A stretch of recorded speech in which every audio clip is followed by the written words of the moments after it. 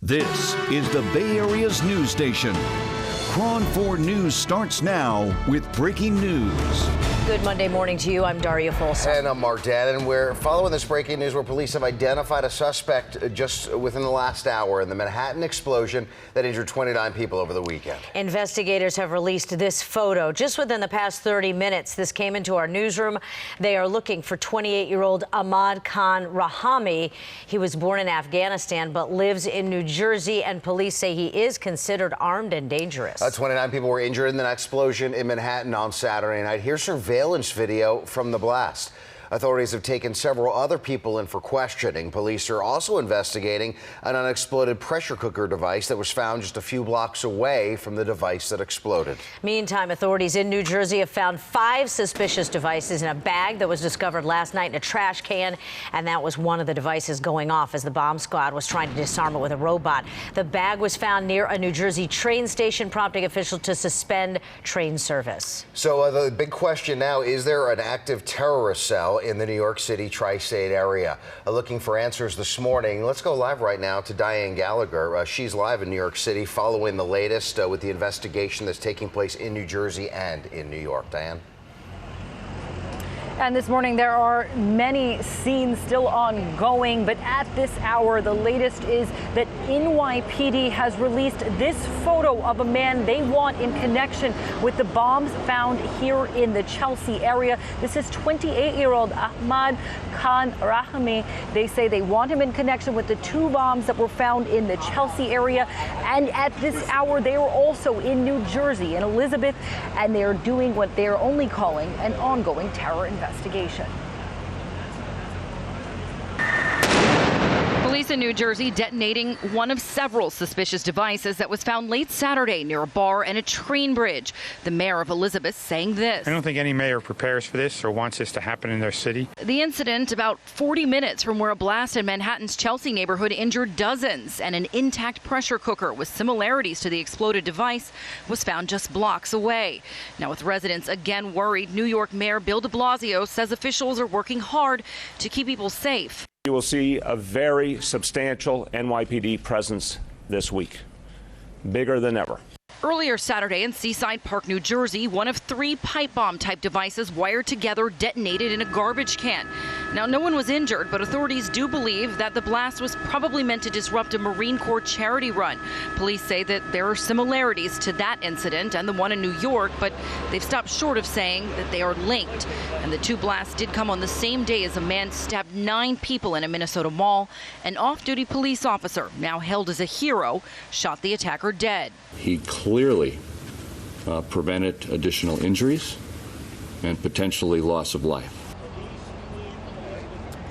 Now, ISIS websites have called that man a soldier of the caliphate. But back here in New York, the governor speaking, Governor Cuomo saying that individuals have been questioned. We know of at least 5 people that were taken into custody to be questioned about this. And he says he wouldn't be surprised if this does zero in on just one particular person today, or if it had some kind of foreign connection. But I can tell you that our sources in the federal government are telling us that they are also looking at the possibility of a terror cell that is based here in New York and New Jersey.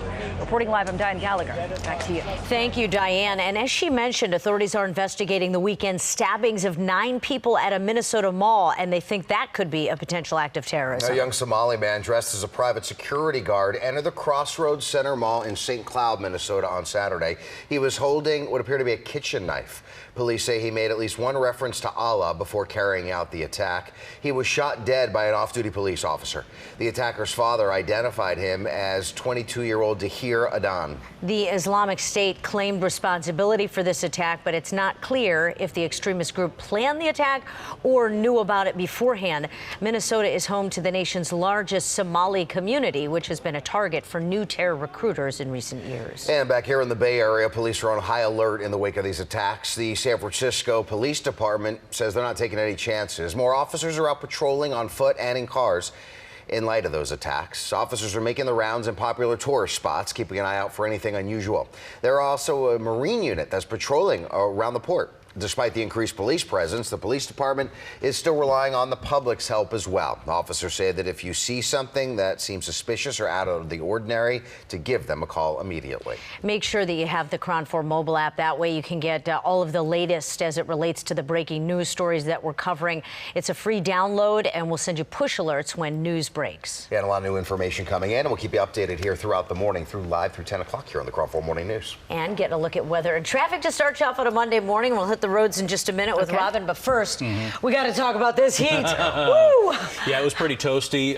86 in San Francisco yesterday, which is tough for folks who don't have AC, and a lot of people in the city Especially, I think it's been so cool this summer that people just aren't used to it. And we just got one good wallop of summertime heat before fall officially arrives this week. Things will cool down, though. We will get some relief for the inland valleys. It's just going to be slow to come. Today, the relief happens at the coast and right along the Bay shoreline. Inland valleys, you're going to have to wait just a little bit longer. The clouds right now clear inland. We're seeing just some general haze along the coastline. That's about it. Here's your ready for school forecast. We're going to start off the morning with mostly clear conditions. Temperatures hovering in the 50s and 60s, although we're seeing widespread 60s right now. By noontime, look for mostly sunny skies. Temperatures warming up dramatically, and then by 3 this afternoon, expect it to be rather hot inland. We're going to get relief right along the coast. San Francisco, for instance, today will be in the low 70s as opposed to the mid 60s like we had yesterday. And then we're looking for temperatures to warm up to the mid 90s once again for the inland valleys. So if you're going to be inland today, especially in the East Bay, it's going to be hot once again for the kids. Make sure they dress in shorts and T-shirts. Out along the coast, though, it'll be a different story. We do have relief on the way, as I said, for midweek. I'll have those details coming up in 15 minutes. Now let's get to the traffic center and the update from Robin. Hey, Robin. Hey there, James. Over to the Bay Bridge. It's getting crowded right now heading into San Francisco. We have a backup at the toll plaza in the cash lanes. Only a few cash lanes open right now, and the 5 o'clock hour commuters are on the road, and it's getting crowded, backing up toward Mid-Lot. On the left, it's wide open. The fast track lanes are wide open, so it's not a bad ride, just a little sluggish there. Your average drive time is less than 10 minutes from the foot of the maze over to the Skyway, or heading out to the Fremont Street exit coming off the bridge. Quick check of some drive times. They look great. No problems for West 4, 580 West, or Highway 101. We'll take a look at the San Mateo Bridge coming up in a few minutes. Now back to the news. Daria? All right, thanks a lot, Robin. 5:05 and big news this morning. The Bay Area is mourning the loss of civic leader and activist Rose Pak. She died yesterday in her apartment in Chinatown. She served as a voice to the Chinese community, and she's credited with paving the way for leaders like San Francisco Mayor Ed Lee and former Mayor Willie Brown. She was 68 years old. She spent her last days living in her apartment beside another one major of her achievements, the construction of the Chinese hospital. San Francisco Mayor Ed Lee released a statement saying that Rose Pak battled on behalf of the poor, immigrants, and women. And she was so devoted and such a thorough understander and persons interested in everything that she left the reporting business to do something even more important, and that's make San Francisco a better place, and she did. The alleyway next to the Chinese hospital that you see there has been dedicated in Rose Pak's memory. And we're learning more information about a deadly crash on Highway 101 in Menlo Park. An 82-year-old man was killed when this large brass nut smashed through his windshield and hit him in the neck. Caltrans says the brass nut may have fallen off a Caltrans water truck. It happened on Highway 101 near Willow Road on Friday afternoon. Here's video from the scene, courtesy of our helicopter partnership with ABC 7 News. The Caltrans truck was driving between job sites at the time of the accident. The brass nut's about the size of a baseball. Louis Schaefer's been identified as the man who died in the accident. Time now is 5:07, and happening today, the 19-year-old man accused of violently attacking an elderly woman in her home in San Jose goes to court today. Police arrested Zachary Quinn last week in connection with the attack. Officers say that he attacked and assaulted Florence Douglas in her home on North Craigmont Avenue last Monday.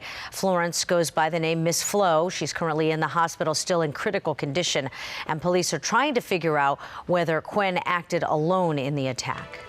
And still ahead here in the KRON 4 Morning News, Jerry Rice speaking out about Colin Kaepernick's controversial protests, where the 49ers legend had to say about Cap ahead.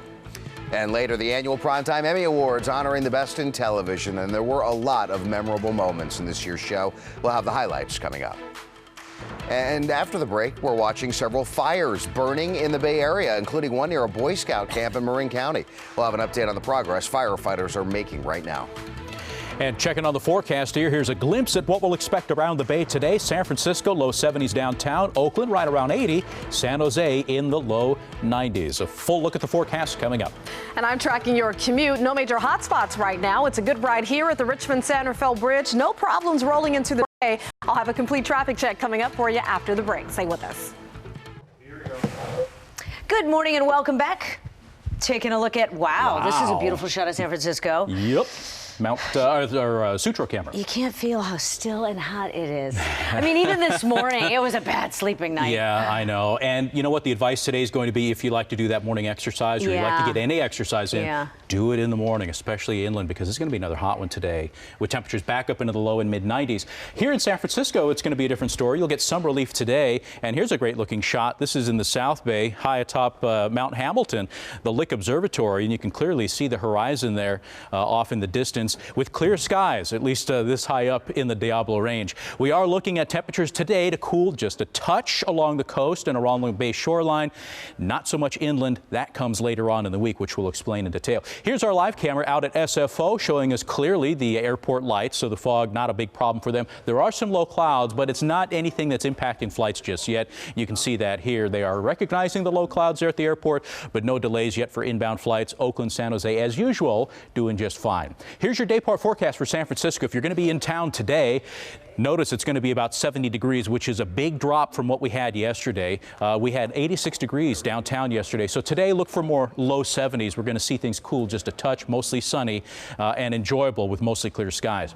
Here's where temperatures will be later on this afternoon, though. We are expecting, as I said, another hot one. Look at our inland East Bay, Livermore, Concord, right around 95. That'll be a good average. Some communities will be in the low 90s, some getting up to about 95 to 98 degrees. So 95, pretty good average. 91 for San Jose. We'll expect low 80s for much of our inland East Bay, or I should say our Bay shoreline in the East Bay. Oakland at 81, 84 for Hayward, 70 in San Francisco, as you saw. And across the North Bay, again, a mix of low 90s throughout the wine country. Here's your 3-day outlook. Monday, Tuesday, Wednesday. So today, hot inland still, but look, things begin to shift as we head towards the middle of the week. That ocean breeze gets a little stronger, and it eventually filters into the inland valleys, and that's when we'll see temperatures drop quite a bit. We're looking at mid to upper 70s for the middle of the week, which will be welcome relief for those who thought the weekend temperatures were a little too warm. There is relief for you on the horizon. All right, let's get to the traffic center where we do have an update from Robin now on what the roads are like. Hey, Robin. Hey there, James. It's not too bad. Yes, it's crowded here at the Bay Bridge Toll Plaza. So if you need to get into San Francisco, avoid some of the cash lanes there on the right. It's going to be your left if you're driving in. It's the right looking at this shot, but it looks a little bit better. 15 minutes ago, it was beyond the end of the lot. Now it's barely mid-lot. So overall, not a bad commute. But yes, folks are on the road rolling into San Francisco. No big problems, no major hot spots. So excellent news for those of you who need to get in. Less than 10 minutes from the Maze out to Fremont Street. How about that ride on 92? Your commute to the San Mateo Bridge, that's looking pretty good so far. You can see a lot of brake lights there rolling west coming out of Hayward, but it's a nice roll. No big problems across the span, up and over the high rise into Foster City. It's only 13 minutes from 880 over to that 101 connector in San Mateo. Here's 101 across the Golden Gate Bridge. Also a good commute. No big problems coming from the North Bay. So South 101, that'll be easy getting into San Francisco. All right, checking in on some drive times. No major accidents working in the East Bay right now. 10 minutes from Concord to Danville for South 680. West 24 looking good from Walnut Creek to the Caldecott on over to the Oakland side. The East Shore Freeway, it's fairly quiet for the westbound ride. And 880 out of San Jose, I don't see any major problems. From 280 up to 237, it's a quick 8-minute trip. Mark. All right, thank you, Robin. We're tracking several wildfires that are burning right here in the Bay Area. KRON 4 viewer sending us this picture of a wildfire that started in Pleasanton. This started around 4:30 yesterday afternoon near Dublin Canyon Road and Schaefer Ranch Road. You can see the area is rugged and there's a lot of dry brush on the hillsides. Firefighters say that could lead to flare-ups and make it difficult for firefighters. The Alameda County Fire Department keeping a close eye on the fire. And firefighters are expecting they'll reach full containment on this fire today that's burning in Marin County. The Taramancho fire broke out near a Boy Scout camp just outside of Fairfax yesterday afternoon. It's burned about 10 acres and no buildings are threatened. The fire was 60% contained as of our last update. They are thinking maybe later today. Iron Springs Road is going to stay closed while firefighters are doing the work on that fire. And in the East Bay, a formal effort's now underway to recall Oakland Mayor Libby Schaaf. The Anti-Police Terror Project is the one that's a group that's gathering signatures to get this recall on a special election ballot. KRON 4's Spencer Blake spoke with Mayor Schaaf, as well as the group that says she has been too closely allied with the police. When Kat Brooks talks about Mayor Libby Schaaf, you can hear the frustration in her voice. I think going all the way back to her first day in office, for her to have had a realistic view of the Oakland Police Department and how broken and corrupt and rogue that these officers have been. She says the mayor has spent too much time with police and dumping too much money into that department without making meaningful reform. Brooks thinks Schaaf has been too passive in responding to the OPD sex scandal. This is her department. This is her responsibility. The buck stops with her. The official petition for recall lists, quote, no viable solution to increased violent crime as a reason for Schaaf's recall. The mayor at a Raiders game Sunday defended her record. We, so far this year, have a 20% reduction in shootings and homicides. That is a momentum that I am committed to continuing. While canvassers began the daunting task of collecting 33,000 signatures over the next 4 months, Schaaf reminded voters that a special election would cost the city's taxpayers more than $3 million.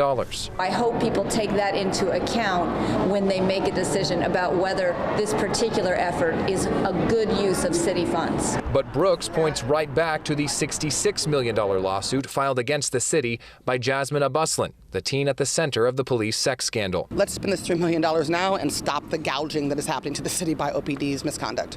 Whatever happens, Mayor Schaaf says she respects the democratic process and people's right to express both support and dissatisfaction for their elected leaders. In Oakland, Spencer Blake, KRON 4 News. On to the area of football, let's start with the Raiders hosting the Atlanta Falcons for their home opener. The Raiders were looking to start the season 2-0 for the first time since 2002. Derek Carr in this one with another good game. Here you can see him connecting with Clive Walford to take the lead in the third quarter as the Raiders go up 14-13. Jumping to the fourth, Carr connecting with Crabtree to tie the game. On fourth down, they went for it and got the touchdown. But look at this play. The Falcons inside the 10-yard line. The ball pops up, and the Falcons receiver grabbing the ball for the score and the go-ahead touchdown. Falcons end up winning this game 35-28. The Raiders giving up 500 combined yards in their first 2 games. They need some defensive help there. The offense clicking, though. The Raiders on the road in Tennessee next week, taking on the Titans. The game Sunday at 10 in the morning. And the 49ers on the road taking on the Carolina Panthers. The Niners coming in as a 12-point underdog against last year's NFC champions. The Niners down much of this game, but kept it close. In the fourth, Blaine Gabbert finding Vance McDonald. He takes it 75 yards for the touchdown.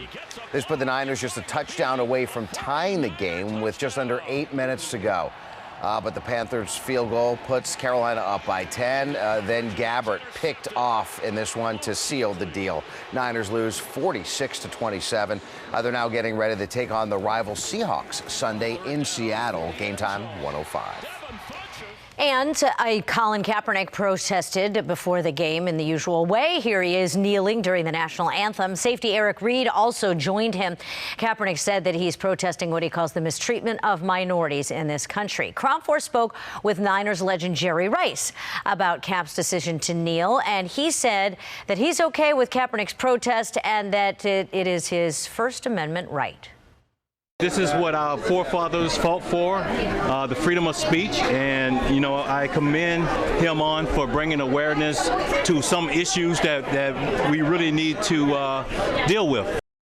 Jerry Rice went on to say that he has always stood for the national anthem. If you'd like to see the full interview with Jerry Rice, just go to our website at KRON4.com. That's a great interview by Will Tran there. All right, still ahead on KRON 4, Hollywood mourning the loss of the actress who played the oldest Von Trapp daughter in The Sound of Music. We'll take a look back at her life and legacy. Now I'm going to have that in my head all day. Game of Thrones and Veep take home the top honors at the Emmys. Did you watch the big show last night? Julia Louis-Dreyfus had a really funny and moving speech. We'll take a look after the break. And here's a live look at the approach to the Bay Bridge. It's nice and quiet. Might be a good time to head out if you're ready. Welcome back to the KRON 4 Morning News. 5:23. Yes. So early. It is. Or late, depending on your perspective. In entertainment news, HBO's Game of Thrones conquering the Emmys. The show won Best Drama for the second year in a row and become the most honored primetime TV series ever. Yeah, it was a night of surprises and some sharp political jabs, too, as David Daniel takes a look.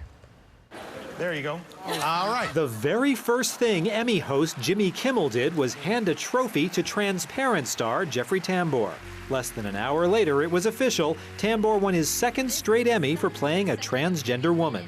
Please give transgender talent a chance. Give them audition.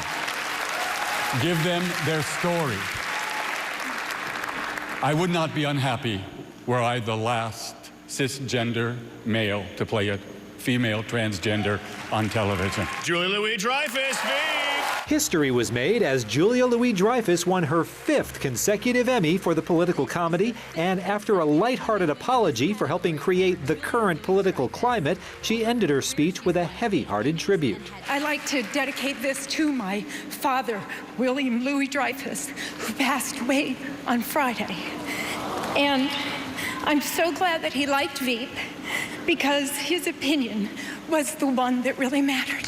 Thank you.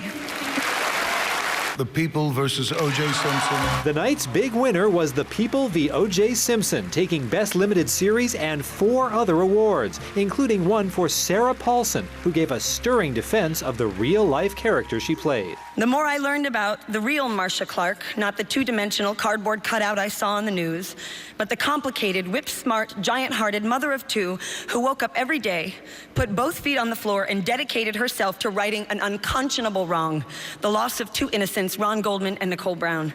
The more I had to recognize that I, along with the rest of the world, had been superficial and careless in my judgment, and I'm glad to be able to stand here today in front of everyone and tell you I'm sorry.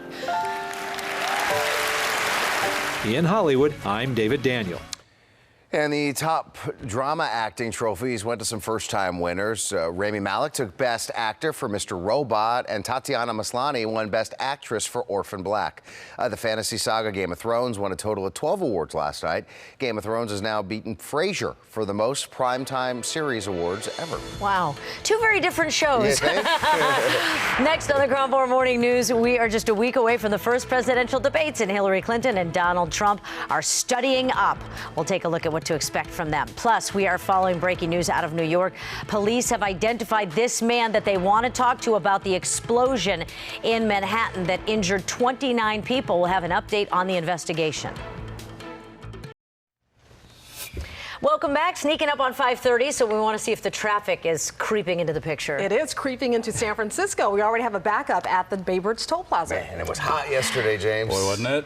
Yeah, out where I was, it got into the, well, it was about 98 or so. I don't know what it was where I was, because my car gauge has broken. Oh, no. Like, just, it's saying 74 all day, and I'm going, boy, it feels a lot hotter than 74. Yeah, it was. No, by Wednesday, Thursday, it'll be accurate. So at least once this week, your car thermometer will show you the right temperature. It is going to be cooler later on. Right now, though, yeah, another hot day inland. This is the live view again, showing us the horizon here, as seen from the top of Mount Hamilton with the Lick Observatory there in the foreground.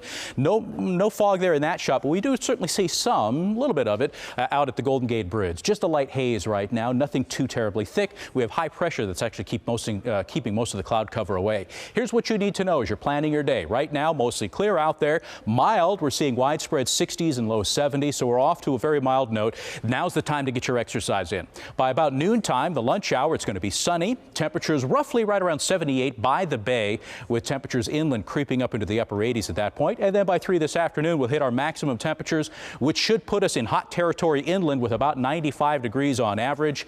By the bay, a little milder, 85 for you. Depending on where you are, it should be closer to 80 if you're going to be in downtown Oakland. Don't forget, we have your 7-day round the bay forecast coming up, and in that you will actually see temperatures cooling down considerably for the inland valleys. There is relief on the horizon. I'll explain coming up in just a bit. Now let's get the latest on the traffic front. Morning, Robin. Good morning, James. A big backup now at the Bay Bridge Toll Plaza. I call this the 5:30 rush because by 5:30 it's going to be packed. If you can get in before 5:30, you'll beat this slow traffic. It's already backed up beyond the 880 overcrossing, but only 10 minutes from the foot of the maze out to Fremont Street. So no major hot spots, but a growing backup here at the Bay Bridge Toll Plaza, and it's getting crowded through the East Bay. I'll check those drive times coming up in my complete traffic check. Daria, Mark. Thanks a lot. Now on to breaking news this morning. Police identifying this man in the Manhattan explosion that injured 29 people over the weekend. They just released this photo within the last hour, and they're looking for 28-year-old Ahmad Khan Rahami. He was born in Afghanistan, but he lives in New Jersey, and police say he should be considered armed and dangerous. 29 people were injured in that explosion in Manhattan Saturday night. Authorities have taken several other people in for questioning already as they investigate. They are investigating an unexploded pressure cooker device as well. That was found just a few blocks away from the other explosion. Meantime, a suspicious device found in a backpack in New Jersey exploded, as you see here, as a bomb squad robot was trying to disarm it. And you can see people running through the streets there. 5 devices were found in all in the bag near a train station last night. And you're looking at video of the attack here in Chelsea in New York City. This comes after these 3 attacks in separate states over the weekend. Reed Binion has the latest on the investigations into the attacks. 3 attacks in 3 American cities in a single day. Terror investigations now underway in the Saturday bomb blasts in New York and New Jersey and the stabbing spree at a shopping mall in Minnesota. It began Saturday morning in Seaside Park, New Jersey, with the detonation of one of 3 devices wired together in a garbage can, likely timed to disrupt a Marine Corps charity run. An explosion that had occurred in a trash can along the raceway. Luckily, the event had been delayed due to registration problems. There were no reported injuries. There are no reported deaths as a result of that explosion. Saturday night, another blast, this time in New York. The explosion reportedly coming from a device in or near a dumpster, sending panicked bystanders scrambling for cover. Hey, everybody get off of this street! Let's go! Get off the street! 29 were injured, all now released from hospitals. Investigators finding an undetonated pressure cooker device just blocks away. Law enforcement sources saying surveillance videos show the same man near both locations. The same night in St. Cloud, Minnesota, a man wearing a security uniform injuring 9 people in a stabbing spree inside a mall. That suspect was confronted by an off-duty police officer and summarily shot and killed. The ISIS media wing claiming responsibility for that attack. Investigations into all 3 attacks continue. I'm Reed Binion reporting. And let's continue our team coverage of the attacks as police in the Bay Area are on high alert in the wake of what happened in New York and New Jersey. KRON 4's Will Tran live at Fisherman's Wharf this morning as San Francisco police increase patrols. Well, it was almost within moments. We live in a small world. It was almost within moments on Saturday night that the San Francisco Police Department stepped up their efforts, and they did it over the weekend and will continue to do it in the very near future. We're at Fisherman's Wharf. Obviously, thousands of people come to Fisherman's Wharf to check out the sights. This is a very popular tourist destination. Over the weekend, we want to show you some video. You can see police officers making sure that they're dressed in their uniforms, fully visible as a deterrent, as a presence out there to show the public that we are here for your safety, and also to show would-be terrorists, anybody who wants to inflict any harm to anybody else, that they are out in full force, full presence out there talking to people, walking around. But of course, no matter how much they go out there with their manpower, they still need the public's help, and that's why they're asking people. They asked over the weekend, and they continue to ask this morning. If you see anything suspicious, any backpacks laying on the ground, anybody acting suspicious for that matter, let them know. There will not be any police officer, there won't be any police officer too far away. They will be very close to you. Just flag them down, get a hold of them, and they'll come over there at least to check it out. Fisherman's Wharf this morning still very much quiet, and you can see they're busy right now with the workers. We will get their reaction this morning. We definitely live in a very small world. New York, New Jersey, Minnesota, and San Francisco reacting to it just minutes after all of those attacks over the weekend. Back to you. Thanks a lot, Will. And make sure that you download the KRON 4 mobile app. That way you can get the very latest on breaking news. There are a lot of developments in this story that already have happened overnight. So get that, and we'll send out a push alert when something happens that you need to know about. And Decision 2016 news, Hillary Clinton and Donald Trump are doing some last-minute preparation as we count down to the first debate. KRON 4's national correspondent Chance Seals explains in the Morning Mix. Hey, good morning. We're now just 7 days away, 1 week to be exact, away from the very first presidential debate of 2016, and everyone thinks it's going to be a doozy. So, as you might expect, the preparations are very different from campaign to campaign. Hillary Clinton has said for her, preparation really is key. She's been reading through a lot of materials, going through Trump's psychology, doing briefing books, running through mock debates. Trump, on the other hand, is not. It's kind of the complete opposite, very non-traditional. He's not doing too much debate prep, he says, because he thinks it would just cramp his style. So what is he doing? He's talking to Roger Ailes, the former Fox News chief. He sent out a survey to his supporters asking them, what do you want to see on TV? How should I argue this thing? Should I call Hillary Clinton Crooked Hillary on stage? He now just has 1 week to decide that. Everyone is expecting huge ratings, possibly record ratings for this. I'm sure you'll be watching in the studio and back at home. This next week could be a good preview of what exactly we could see on that stage. That's your morning mix for this Monday. We'll send it back to you from here in Washington. 5:36 right now, and the actress best known for playing the eldest Von Trapp daughter in The Sound of Music has died. Charmaine Carr was 73 years old. She died Saturday of complications from a rare form of dementia in Los Angeles. The actress portrayed Liesl Von Trapp in the 1965 musical The Sound of Music and famously performed the song 16 Going on 17. Carr wrote a pair of books about her experiences called Forever Liesl and Letters to Liesl. And coming up here in the KRON 4 Morning News, a series of shark attacks reported within hours of each other at a Florida beach. We'll have an update on the victims this morning. And later, more than a dozen Rams fans are hospitalized, and many more were treated at the Rams home opener yesterday in Los Angeles. We'll tell you what happened. Welcome back to the KRON 4 Morning News. Checking in on your commute. It's still pretty quiet out there and no hot spots. This is your ride across the San Mateo Bridge. It's pretty crowded right now, rolling over to the peninsula, but the drive time looks great. 14 minutes from 880 out to 101. We'll take a look at the Bay Bridge coming up next. Daria? Thanks a lot, Robin. 5:39, and federal investigators are trying to figure out how a skydiving plane ended up crashing into a home. It happened in Arizona on Saturday. You can see all the emergency responders after this happened.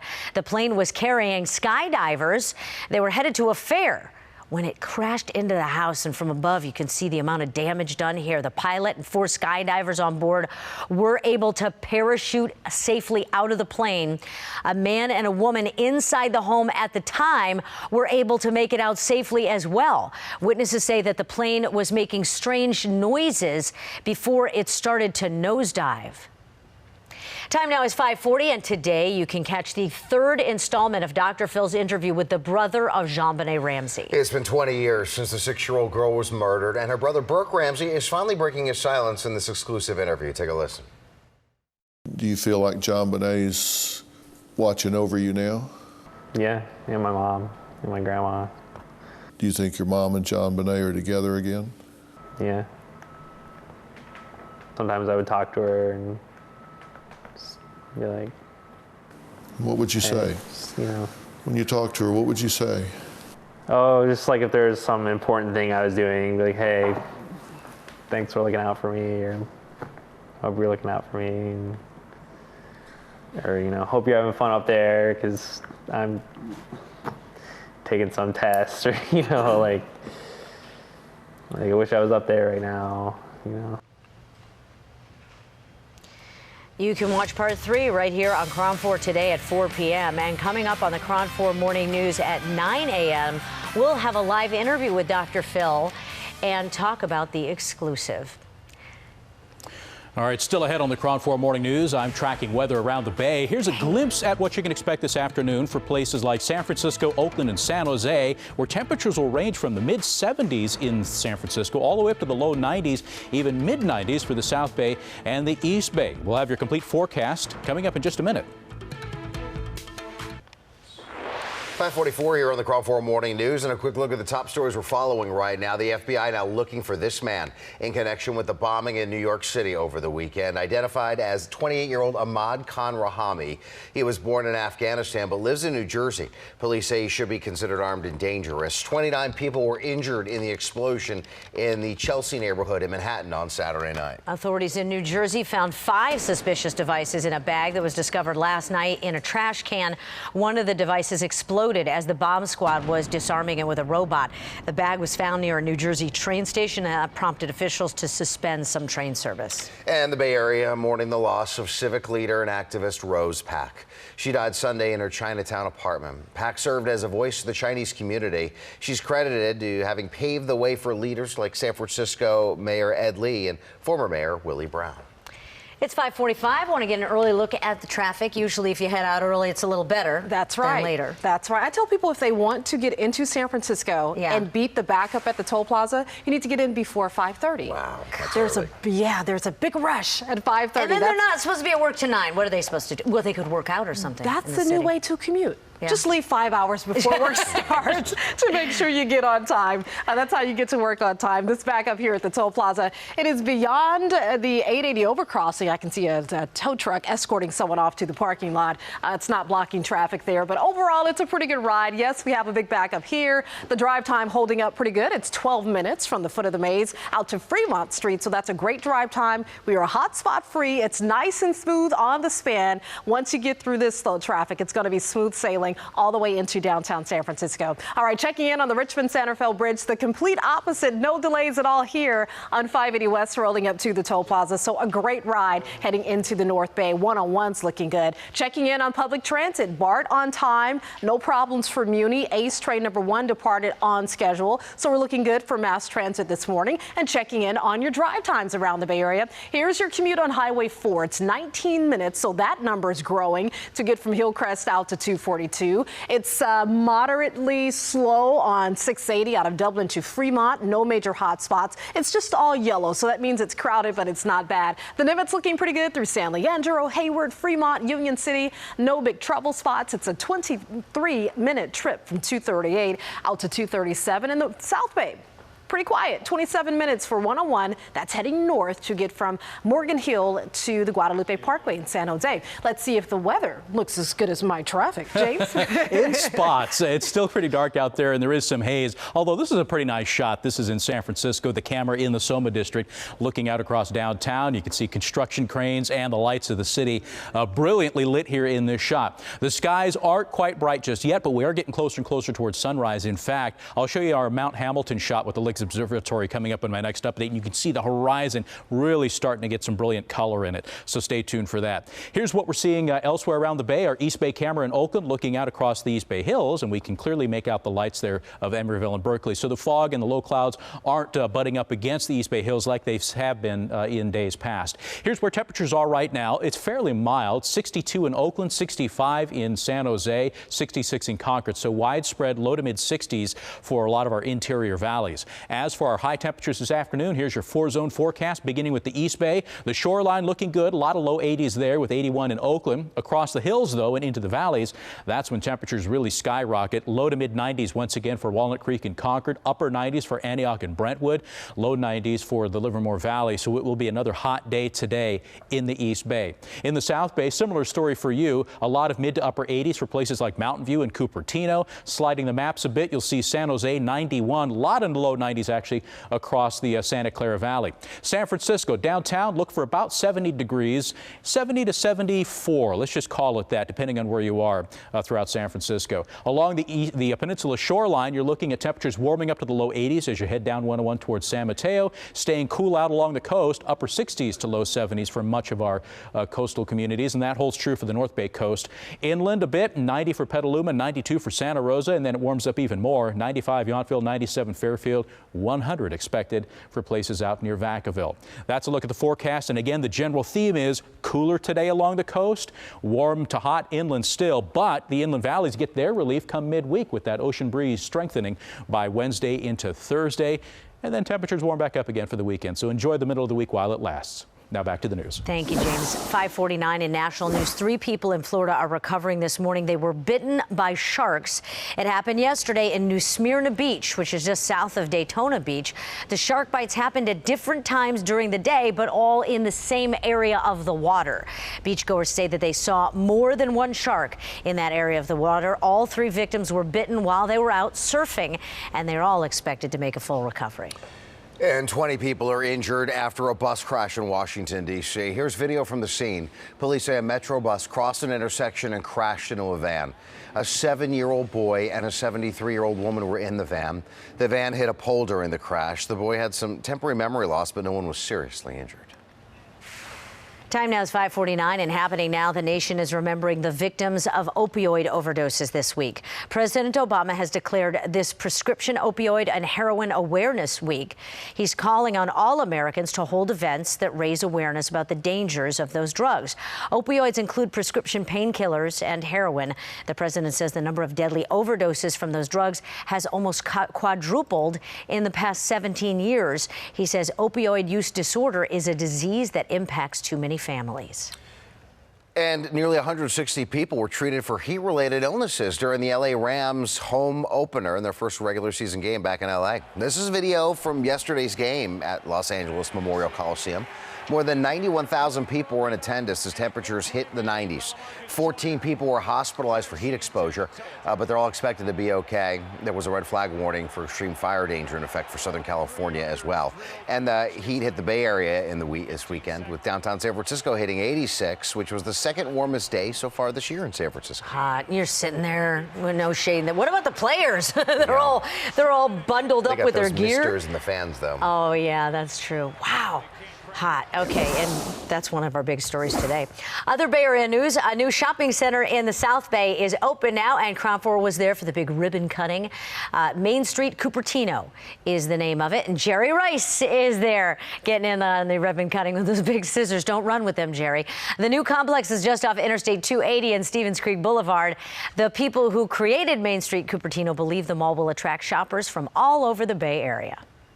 Main Street Cupertino is really a great opportunity for all of our community members to join with us and have a really nice place to come and spend some time with us. And we feel like this is a neighbor place to come. Right now, there are 20 restaurants and stores in that mall, including familiar names like Target and Phil's Coffee. Dannon, too far for us to go right now. Yeah, big Phil's. Coming up here on the Crown 4 Morning News, a group in the East Bay trying to recall Oakland Mayor Libby Schaaf. The reason the group wants her out of the job, that's coming up at 6. And after the break, the weekend box office results are in. Did you go to any of the new movies? And what happened to the big one with Danville's Sully?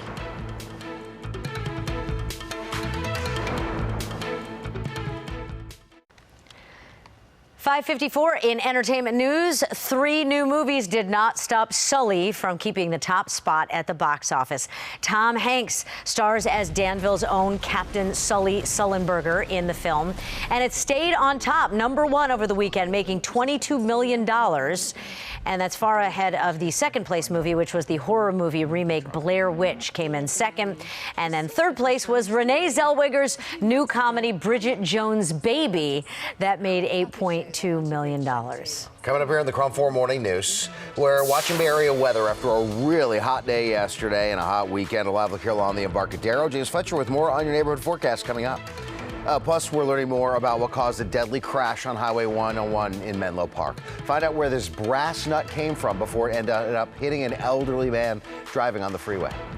And continue our breaking news coverage of the terror investigations in New York, New Jersey, and Minnesota. Police now identifying a suspect in Saturday's explosion in New York.